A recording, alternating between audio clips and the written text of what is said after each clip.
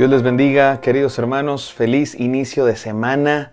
Hoy lunes 28 de agosto. Es una bendición saludarlos, un gustazo en esta serie Encuentros con Jesús. Estamos en el día 11 de esta serie estudiando los hechos de Jesús, la vida de Jesús en el Evangelio de Mateo. Qué cosa tan más bonita. No hay nada más hermoso que hacer que estudiar la vida de nuestro Señor Jesucristo. Y estamos en el Evangelio de Mateo capítulo 9, el devocional de hoy se titula De la muerte a la vida. Hoy vamos a asistir a uno de los milagros más impresionantes de Jesucristo, que es literalmente traer de la muerte y dar vida nuevamente a una muchachita, a una niña de aproximadamente 12 años. Y vamos a entender lo que Dios quiere enseñarnos a través de esta hermosa historia. Básicamente que Él tiene poder para traer de la muerte a la vida. Él tiene el poder para resucitar nuestros sueños rotos. Él tiene poder para resucitar aquello que está muerto en nuestro corazón. Y algún día nos resucitará realmente aquellos que muramos si Cristo no viene antes. Así es que confiemos en su poder, que Él tiene poder para dar vida a lo que estaba muerto. Así es que vamos a Mateo 9, del 18 al 26, no sin antes orar. Gracias, hermoso, amado Señor. Te damos infinitas gracias por la vida que nos has dado, Señor. Porque efectivamente estábamos muertos en nuestros pecados, tú nos encontraste y nos diste vida. Permite, Señor, que este pasaje, que esta historia hermosa, nos diga algo el día de hoy, Señor, propicio, oportuno para nuestra circunstancia, cada quien en su lugar, cada quien según lo que necesita, Señor. Te lo pedimos en el nombre de Jesús. Amén. Vamos a Mateo 9, del 18 al 26, dice así la palabra de Dios. Mientras él les decía estas cosas, vino un hombre principal y se postró ante él, diciendo: Mi hija acaba de morir, mas ven y pon tu mano sobre ella y vivirá. Y se levantó Jesús y le siguió con sus discípulos. Y he aquí una mujer enferma de flujo de sangre desde hacía 12 años, se le acercó por detrás y tocó el borde de su manto, porque decía dentro de sí: Si tocare solamente su manto, seré salva. Pero Jesús, volviéndose y mirándola, dijo: Ten ánimo, hija, tu fe te ha salvado. Y la mujer fue salva desde aquella hora. Al entrar Jesús en la casa del principal, viendo a los que tocaban flautas y a la gente que hacía alboroto, les dijo: Apartaos, porque la niña no está muerta, sino duerme. Y se burlaban de él. Pero cuando la gente había sido echada afuera, entró y tomó de la mano a la niña, y ella se levantó, y se difundió la fama de esto por toda aquella tierra. Qué hermosa historia, y como les decía ayer, se trata de un sándwich. ¿A qué me refiero con un sándwich? Son dos historias entrelazadas, o más bien dos historias en las que una de esas historias está al principio y al final, y la segunda historia queda en medio como el jamón del sándwich. Estudiamos ayer el jamón del sándwich, la historia de la mujer enferma de flujo de sangre que Jesucristo sanó. Y el día de hoy vamos a estudiar la primera historia con la que empieza esta escena y que después termina. Y se trata de la historia de un principal, un hombre importante en la comunidad judía, un hombre de renombre, alguien con autoridad política, religiosa, social en aquella cultura, y que sin embargo viene y se inclina delante de Jesús. A pesar de ser alguien de clase alta, de renombre, de importancia, lo vemos postrado delante de Jesús. Y eso me parece importante destacar, mis queridos hermanos, porque de pronto vemos gente que por su soberbia, por su orgullo, se sienten mucho, se creen más importantes que los demás, a veces incluso más importantes que Dios mismo, y no están dispuestos a rendir su vida a Jesús. Pero déjame te digo algo, no importa quién seas, eres el más importante de la compañía, trabajas en el gobierno, tienes mucho dinero, tienes sangre azul, alcurnia, o eres del barrio, no acabaste ni la primaria, ¿sabes qué?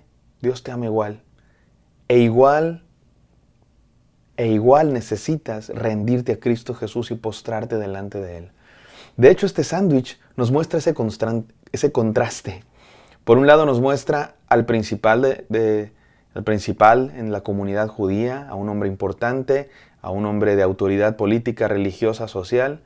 Y por el otro lado nos muestra a una mujer impura, enferma de flujo de sangre, que ni siquiera se atrevía a mirar a Jesús de frente. ¡Qué contraste! Pero Jesús los mira a los dos y ambos se rinden delante de Jesús. Ambos no con una fe perfecta, porque este principal No sé si estoy juzgando demasiado, pero podemos pensar que este hombre principal solamente vino a Jesús, solamente se rindió delante de Jesús cuando tuvo una necesidad, cuando su hija está a punto de morir o ya ha muerto. Hasta entonces se acercó a Jesús, como muchos de nosotros hacemos, ¿no? Solamente nos acercamos a Dios, solamente volvemos a Dios cuando tenemos necesidad. Mientras todo está bien, ya no vamos a la iglesia, ya no nos importa nada. Cuando nos está yendo mal, ahí sí vamos a pedirle mucho al Señor. No sé si me da la impresión de que este hombre fue así, pero sin importar eso, Cristo Jesús lo recibió y fue a atender su súplica. Y en el camino, cuando iba hacia su casa, pasó todo este asunto de la mujer. Y finalmente, cuando entré en la casa del principal, Jairo se nos cuenta en otro de los evangelios, ve que está la gente ya en el funeral total. O sea, ya están llorando. Dice que había gente tocando la flauta y hacían mucho alboroto. En aquella época, cuando había un funeral, no solamente en los funerales de los ricos, aún en los funerales de la gente humilde, se acostumbraba a que hubiera música fúnebre y alboroto. Era parte de la tradición. De hecho, era una manera de mostrar respeto, era una manera de mostrar el amor hacia el difunto. Había plañideras, o sea, lloradoras profesionales. La gente contrataba lloradoras para que se mostrara el dolor por la pérdida de aquel que había muerto. Era parte de la cultura de aquella época, ¿no? Para nosotros nos puede causar hasta risa, ¿no? Las contrataban para llorar, literalmente les pagaban para llorar. Algunas hermanas que yo conozco serían muy buenas, ¿no? Serían ricas con ese trabajo. Pero ya estaban tocando flautas, estaba ya el ambiente de luto, de que alguien ha muerto. Y Jesucristo entra y dice, quítense, apártense, porque la niña no está muerta sino duerme. La niña no está muerta sino duerme. ¿Y qué pasa? Se empiezan a burlar de él. No solamente se empiezan a burlar porque, oye, está muerta, ¿de qué me estás hablando? Ya está muerta, ya no respira, ya no late su corazón. ¿De qué hablas? Tanto entonces como hoy, la muerte se consideraba algo definitivo. No se revive a alguien que está muerto. Y Jesús dice, no está muerta, está viva, está durmiendo. Y se burlan de él. Pero también quizás se burlan de él porque algunos, sobre todo sus detractores, quizás decían, este llegó tarde. Pudo sanar al paralítico, pudo sanar al siervo del centurión, a la mujer, pero no va a resucitar a una niña que está muerta. Y sin embargo, Jesucristo saca a la gente y le dice, sálganse de aquí. Jesucristo dice, aquí no es momento de hacer funeral, no es momento de llorar, porque estoy yo con ustedes. No es momento de llorar porque Cristo está con ustedes. No es momento de lamentarse porque Cristo está con ustedes. Ya llegará momentos de lamentarse. La vida hay momentos de lamentarse, dice Jesús. Este no es uno de esos. Me encanta que Jesús puede transformar un funeral en un momento de fiesta y de esperanza. Toma la mano de la niña. Recuerden, la niña está muerta. Se hubiera hecho inmundo, impuro Jesús tocar un cadáver. Pero al contrario, Jesús no se hizo impuro, más bien la niña recobró vida al ser tocada por Jesús, el dador de la vida. Y regresó a la vida esta muchacha, se levantó.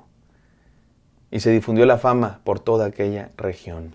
Qué hermosa historia, mis queridos hermanos. Déjenme ir a las enseñanzas. 3 enseñanzas que quiero decir. Antes de ir a las enseñanzas, déjenme decir algo. ¿Saben que hay algo interesante con el Evangelio de Mateo? Muchas de las historias que estamos estudiando las vemos la misma historia en otros evangelios, en el Evangelio de Marcos, en el Evangelio de Lucas, pero es interesante que Mateo en muchas historias parece ser el que menos detalles nos cuenta.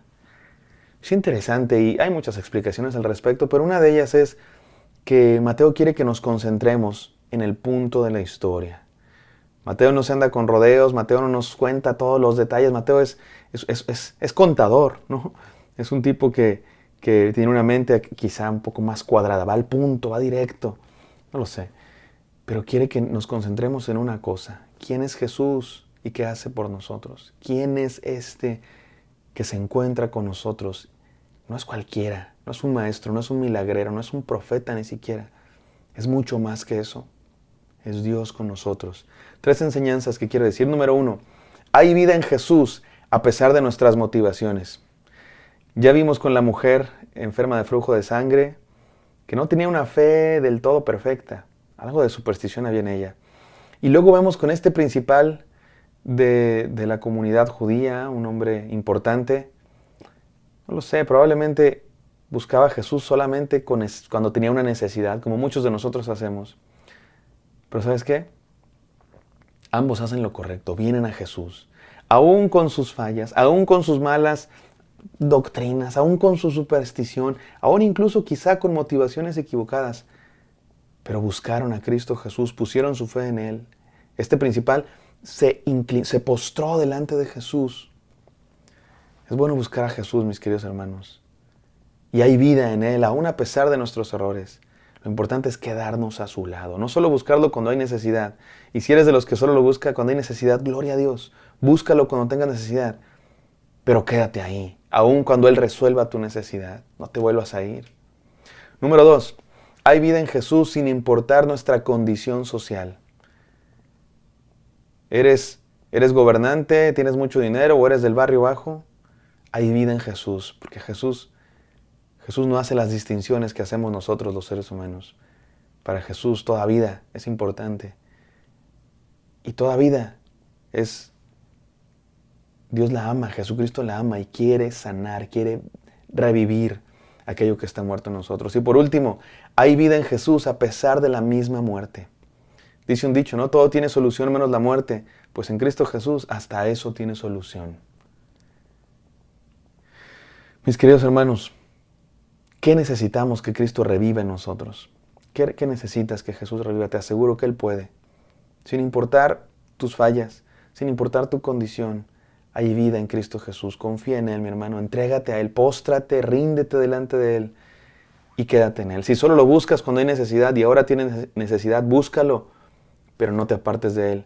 Y si no tienes necesidad y eres de los que a lo mejor ni siquiera pones tanta atención a los devocionales porque no tienes necesidad, hoy mismo es tiempo de arrepentirnos por solo buscar a Jesús cuando tenemos algún problema y decir, Jesús, hoy, aunque tengo todo lo que necesito, con más razón te busco y me rindo ante ti, porque en ti hay vida. Vamos a orar. Gracias, Señor, por este devocional que nos recuerda que en ti hay vida, que en ti hay poder, Señor, para echar fuera demonios, para sanar paralíticos, para calmar la tormenta y hasta para traer de la muerte a la vida, Dios mío, en este milagro impresionante. Te agradecemos, Señor, por eso. Creemos en ti, nos postramos delante de ti. En el nombre de Jesús, amén. Amén. Amén. Qué hermosa historia estudiamos hoy, mis hermanos. Espero que haya sido de bendición para ustedes. Me encantaría encontrarlos el día de mañana. Bendiciones.